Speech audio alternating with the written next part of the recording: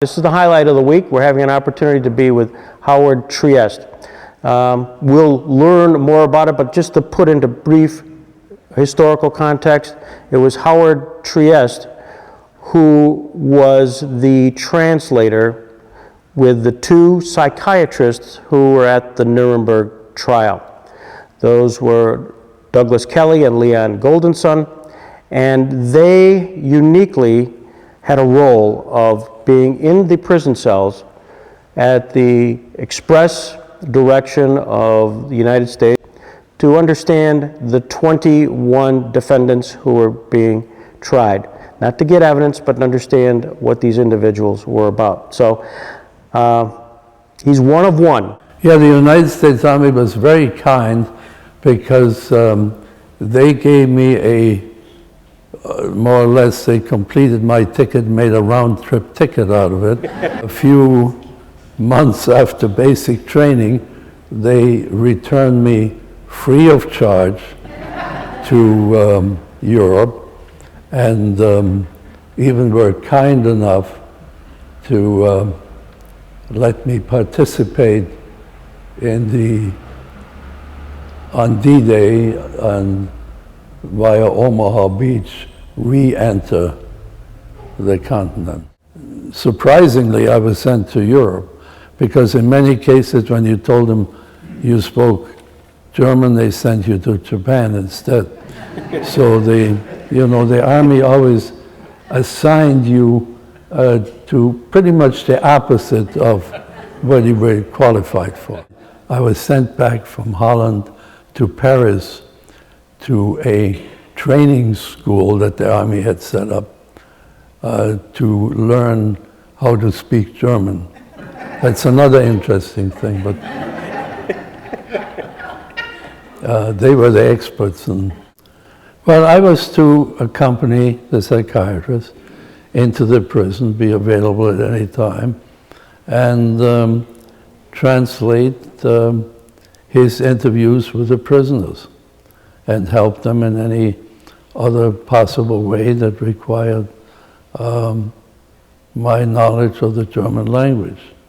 Also with the censoring of the mail. Andrus and I became friends.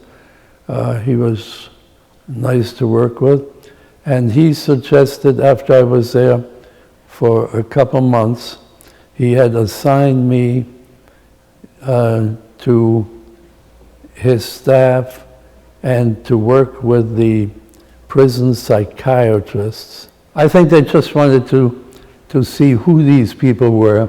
They wanted to see how a man, a normal man, so to speak, could order the killing of millions of people, some of the brutality, and just some of the workings of the Nazi leadership machine as a whole.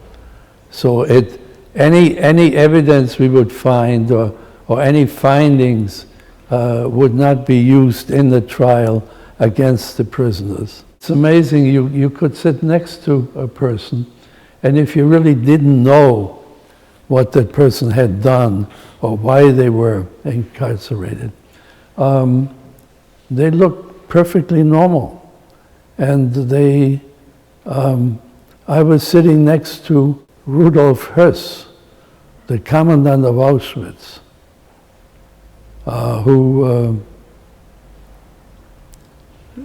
got excited once because we told him that we understood that he killed 2.5 million people.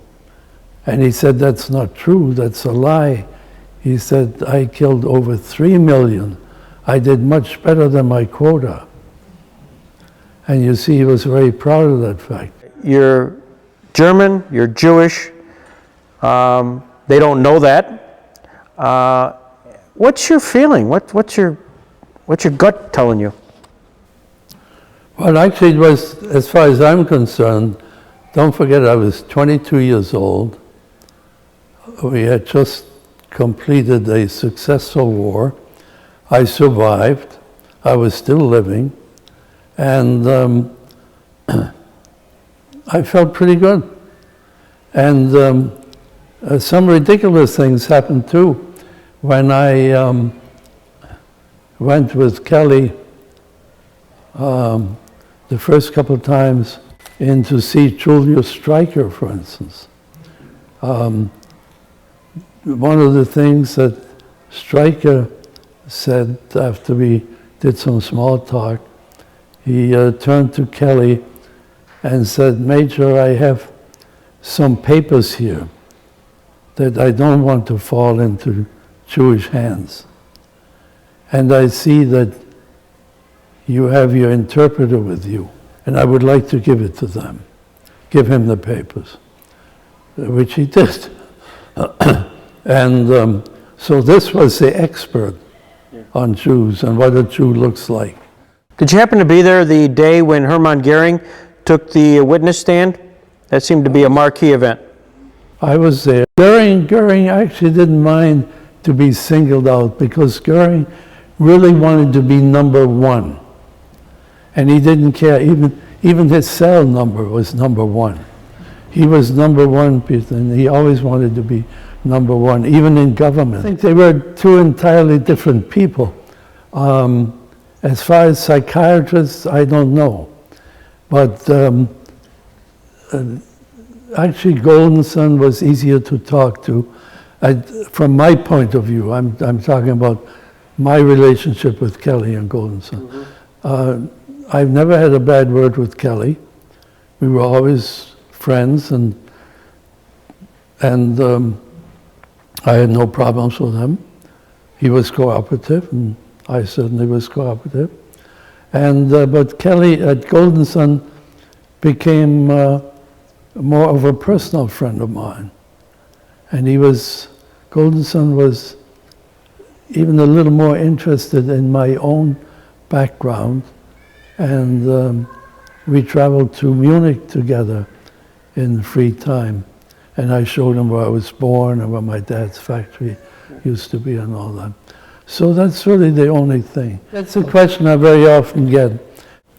People will say, "How come you didn't take a knife in there and knife the guy?" Well, you know, it would have been kind of a ridiculous thing. I knew he would be hung anyway. And if I would have knifed him, I would have been in prison too, and maybe eventually hung. So I wouldn't have gained very much. But I did gain by just getting the information we wanted to, and waiting a few weeks until he was hung. And I walked out of that prison cell a free man, and he was still the prisoner. Also a great satisfaction to be there to see the end of an era or a period that had done so much harm personally to my family. Unfortunately, my parents never made it out. But it's a different feeling, and even while I was in Nuremberg, in the prison cells, with a psychiatrist, and sometimes alone,